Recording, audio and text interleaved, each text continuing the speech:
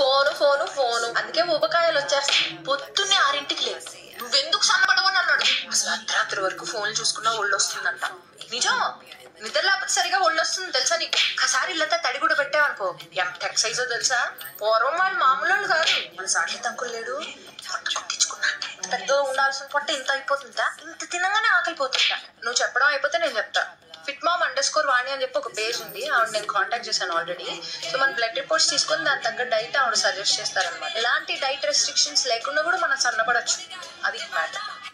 ఈ మధ్య నీ బరువు చూసుకుంటున్నావా, కొండలా పెరిగిపోతున్నావు. మరి జిమ్మా అయినా కండలు రానిలాగా జిమ్కి వెళ్ళి ఏం చేస్తాం. వినమాట వినమ్మా, ఇంకా ఈ వయసులో బీపీలు షుగర్ రాలేదు. ఇదే బరువు కంటిన్యూ అయ్యి తిండి మానేసావనుకో, ఒక సంవత్సరంలో నీకు షుగర్ రాకపోతే నన్ను యోగా చేసే మొహమేనా ఇది. ఈ సైకిల్ థ్రెడ్ మిల్ ఇవన్నీ డబ్బులు దండిగా.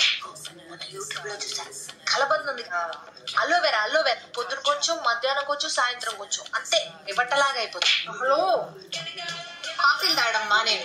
రైస్ పడదంటావు, వీటు పడదంటావు, పాలు తాగకూడదంటావు. అసలు మా వయసు ఇలాంటివి ఏమైనా ఉన్నాయనుకుంటున్నావా. ఎంత అన్నంలో ఆవకాయ వేసుకొని నెయ్యి వేసుకొని తిని అరిగే వరకు ఆడేవాడు. సుమజాంటి నేను జాయిన్ అయ్యా ఇప్పుడు జుంబా వస్తావు నువ్వు కూడా. కాలేజీ రోజులు చేసే చిట్కా ఒకటి చెప్తాను, పాట పెట్టుకుని ఇగో ఇలా తిప్పుకుంటూ ఉన్నాను అంతే. చూసా అప్పుడే నాకు ఆయాసం వచ్చేసి తిప్పుతూ అంతేనే. ఇలా చేస్తే చాలు, ఇలియానా పనికిరా. ఈ కాలం